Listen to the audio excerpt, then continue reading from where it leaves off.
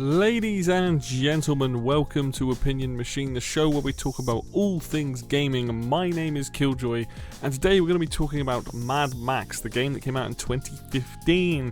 Now, I have actually played this game back in 2015 or 2016, a little bit at a friend's house, but continuing that trend of diving back into my back catalogue and playing games, I thought I'd give you some thoughts on the game. I haven't finished it. I'm probably most of, I don't know, maybe 8, 9, 10 hours in, something like that. I haven't actually checked, but essentially I have been playing a good chunk of that and just sort of making my way through it, and I thought I'd just come and give you my thoughts on it. So this game is interesting because it's an open world game. If you've never seen it before, it's an open world game set in this wasteland. It's essentially a massive desert that you're in pretty much the entire time. And this game is kind of unique in the sense that you spend a lot of time using your car to get around the wasteland, and you use the car as almost like its own character. So there's sort of two parts to the gameplay. There is the on-foot sections where you play as Mad Max himself, looting for things, looking for upgrades, punching people in the face, and doing sort of usual sort of Arkham-style combat that you had from games around this time.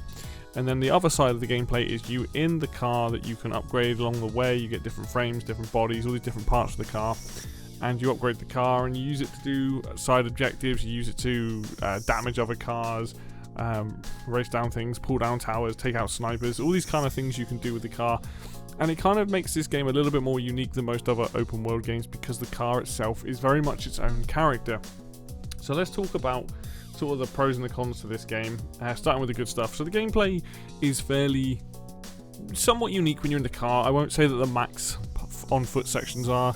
They are pretty much your bog standard. Go to an area, get out of the car, loot for scrap, which is like money, for collectibles, punch people, parry, like a good old Arkham-style game, and essentially blow up some places, like bases basically, that are set up by the main villain. So you go around there, sometimes you're blowing up oil, sometimes you're just defeating all the people there. There's boss fights as well.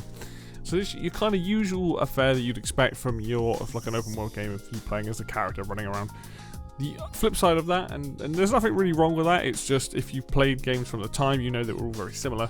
On the flip side, the best part about the game is being in the car, driving around. In the car, you can drive it, you can ram into other cars, you have a grappling hook essentially, or a harpoon gun, which is great because you can pull people out of other cars and fling them. You can pull people's tires off, you can pull down towers, you can pull down gates. The harpoon and the car gameplay of this, because it slows down when you're aiming and things, is some of the best things in the game in terms of just pure fun.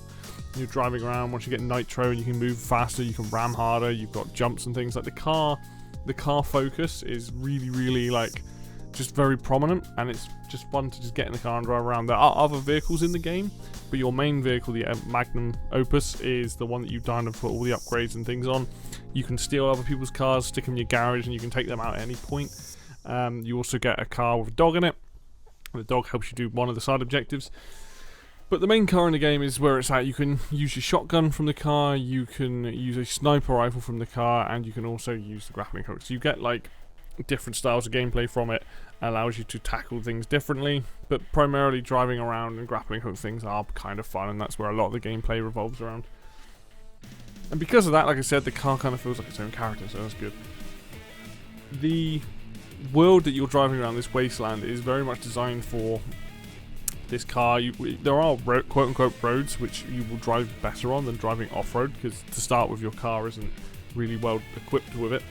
But when you're hitting the roads, you can get to some pretty high top speeds. You get around, and that's how you kind of deal with the other cars that are patrolling as well. You can kind of take them out while driving on the road, or you can knock them off the road. That always works too.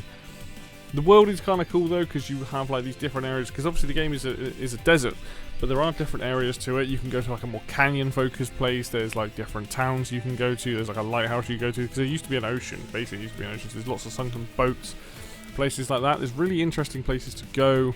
The visuals overall are not bad for a 2015 game. I think the game still looks pretty nice. There's some really nice graphical effects and things in it that make it kind of, the idea of driving around the desert doesn't sound particularly fun, but because there's a lot of stuff everywhere to do and see, they kind of keep you focused. There's a lot of ramps and things to jump off of as well, which really helps.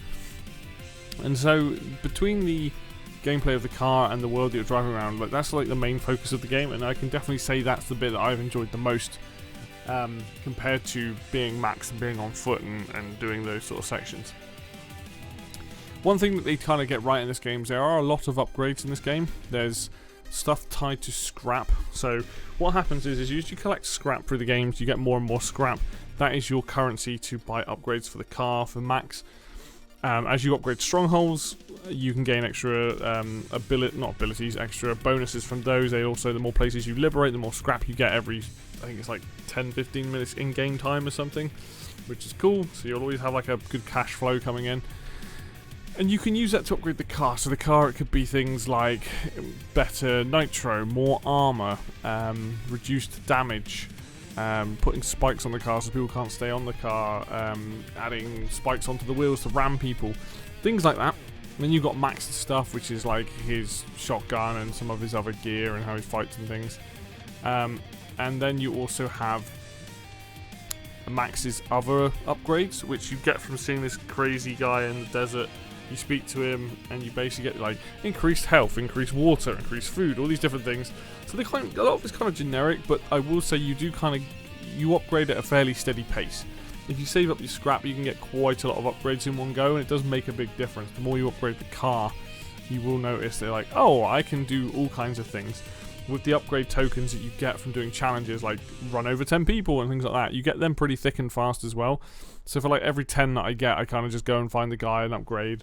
And as you level up your wasteland, like infamy, if you will, that unlocks a lot more stuff. So what I've mainly been doing at the moment is working in the first area to be able to get the max upgrade for the harpoon, so I can just use the harpoon constantly and I can pull over anything, because as you upgrade the harpoon you can pull off more armor off cars, you can do more things with it, and as you progress the story, in some story missions you gain upgrades as well, so there's always this constant feel of progression when it comes to either Max or if it comes to the car, so that's good.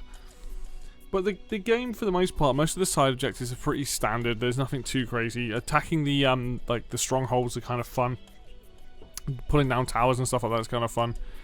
But there are some things that this game, it feels kind of like eh. And that's, so there's two side things you think would be the best. One is convoys, which you will see in the footage that I will be putting up here, just how crap I am at dealing with convoys. There's convoys and there's races. Let's start with the convoys. The convoys in themselves are not bad ideas, and I think that they can be very fun. The problem I have with a convoy is that when you find a convoy, there's usually like 4 or 5 cars with it, which means realistically you can like pull the people out of the cars, which is one of the most fun things to do, is to yank someone and just harpoon them across the map, or you can pull off their wheels. When you have that ability, you can really take out the other cars that are defending the convoy, but there's always ones with armor. And so you can only yank off so many bits, and then you have to play a game of like, let me ram the shit out of this car until it blows up. And that's fine, but the issue is your car also has health. So I don't think you lose health when you're ramming into other cars from the side or from behind. It's mainly if you get hit. What I found is, when your car gets low on health, if you don't get out of the car, it blows up. But basically, if you get out of the car, you have to wait for Chum Bucket, who's your fellow in the back of the car, to repair it, which means the convoy drives off. So when you catch up to the convoy after you've repaired the car, it's got full health again. Any cars supporting it also have full health again. So it does get incredibly frustrating, and it's like, well, I don't really want to have to deal with this. So my plan was, I'll clear out a lot of the areas, get the first area down to 0 in terms of territorial takeover. But it just gets really frustrating, and you can see that in the footage that will be on screen, like how long it takes me to deal with someone and eventually giving up. But essentially, yeah, I just don't really like the way the convoys work. I think it would be okay if, you know, the convoys didn't heal up, or at least the cars with it didn't heal up. If the convoy itself did, it's not the end of the world, but the cars around it, because you have to just... You have a shotgun, but you have limited ammo, so if you want to use the shotgun and you run out of ammo, then you have to stop to repair the car. You're then limited to the fact that you can only boost into somebody, or you can only use the harpoon. So it's like one of those things where it's like, well, I can go away and carry on with the game, which is probably the easier way of doing it. Come back with more armor, come back with more upgrades, and do it like that. But it is just a frustrating mechanic. And also the thing is, the enemy cars always drive faster than you. Like, I found so far that even if I pull them off the road, they will catch up to you. They rubber band so hard to the convoy that it's really hard to outrun them, even when you're boosting and things like that. So I do think that the convoys, while they should be fun and they're a cool idea, are probably one of the weaker points of the game, one of the weaker side objectives. And this goes for the races as well. Now the races themselves aren't awful. Problem is with the races is you don't use your car, you use whatever's on offer. And sometimes that's fine, and other times I had, like, one of the races I did, I got this truck thing, and oh my god, it was so slow. And then I got stuck, and there's no way to restart a race in this, like, there's no restart button. So it's like, well, all you can really do is either lose the race or just quit to the main menu. You can't just, like, quit out, which is a bit of a problem when you get stuck or you're not going to win. It's like, well, it's a bit of an oversight. But yeah, the races just don't feel fun to do. If you're in your car, like the car as you're upgrading it, it gets better handling, it plays really well, it moves really fast, all this stuff. It's awesome. I want to race in that, but they give you just a generic one of the cars in the game, and it's just kind of like, well, this thing doesn't handle very well, or it spins out too easily. There's just a lot of issues there, and it kind of ruins it, because for me, when you're in the car and you're getting to drive around wherever you want, it just ruins that experience of, like, well, it was fun to drive, it's not so much fun to drive anymore. So that's kind of a pain. One thing I should point out that I thought is really cool, and it hasn't got to the point where it's been annoying, because in that entire 10 hours it's only happened twice, is you can get caught out in a storm, like a full-on sandstorm, and during that you can, I think there's like these safes and things will fly through, and if you've got the car you can like hook onto it, and you probably get a ton of money and scrap and stuff for it. And they're really cool. They do blow over eventually, so you can either find somewhere to hide and wait for it to blow over, or you can go out in it, which I did the first time because I had nowhere to go, and I had to deal with it, and that was kind of fun. I could see that mechanic being really annoying if it happened any more often, but because it's only happened twice in all my play sessions, it's kind of nice. It means that it isn't something that happens a lot, which is, you know, ideal, really. But yeah, it's just one of those things that it just adds an element to the game, which is kind of cool. I kind of like it. So yeah, the other thing that the game really wants you to do is there are scrap stops everywhere in the game, like, and I do mean everywhere. Now the good thing is you can hover over one of those on the map and it will tell you if there's like a thing to upgrade a stronghold there, a collectible item, or just scrap, because the problem is so many of them are just scrap, and it does start the gameplay significantly if you decide to do that. You don't have to. What I tend to do is look on the map at where I can get certain items from and just go to those places, but there are so many that I'm like, cool, I can get a lot of money when I need it, but I haven't found that I really need it too much. So for me, I've kind of avoided it, but it is far too much. It's like Korok seeds in like Tears of the Kingdom. There's just bloody everywhere, like, you know, and so the scrap's kind of there if you need it, but don't. If you are a completionist, I don't think you need to go to each one and get one, because, oh my god, you'll be getting in and out of the car so frequently if that's the case. All in all, I think Mad Max is a pretty interesting open world game. I think the car really adds to a lot of the gameplay and why I like it. I don't think it's a game. I think it's a game to more like beeline the story, because it's older open world. There's a lot of elements to it where I'm like, yeah, okay, I can bypass some of this stuff. I don't need to do all of these. They try to lock a lot of that into the reason of the game, like unlocking extra parts and getting certain things, which is nice. So you kind of do want to do some of it, but it's one of those ones where I'm like, okay, I can see where the fatigue would come from an open world game playing this, and I'd rather not that happen. So I'm like, right, I'm going to focus on the things that I want. I'm going to work through this main story when I want, and we'll go from there. I'm not trying to do 100% completion. Like, each area you go to that's a stronghold, it tells you, like, oh, you only found 60% of the items here. Usually it's just scrap and or insignias, and I'm like, you know what? I'm not going to come back and do all of these. Like, yes, they can link into more tokens to upgrade max, but I'm like, you know what? I'll get others from doing other things just naturally through the gameplay rather than forcing my way to like 100% all these little areas. Like, some people will like that stuff, but it's just like way too much of it in this. All in all, I think the game's pretty good. I've been enjoying it. I probably will see it to completion and add it to, you know, another completed game in my catalogue that I've actually finished.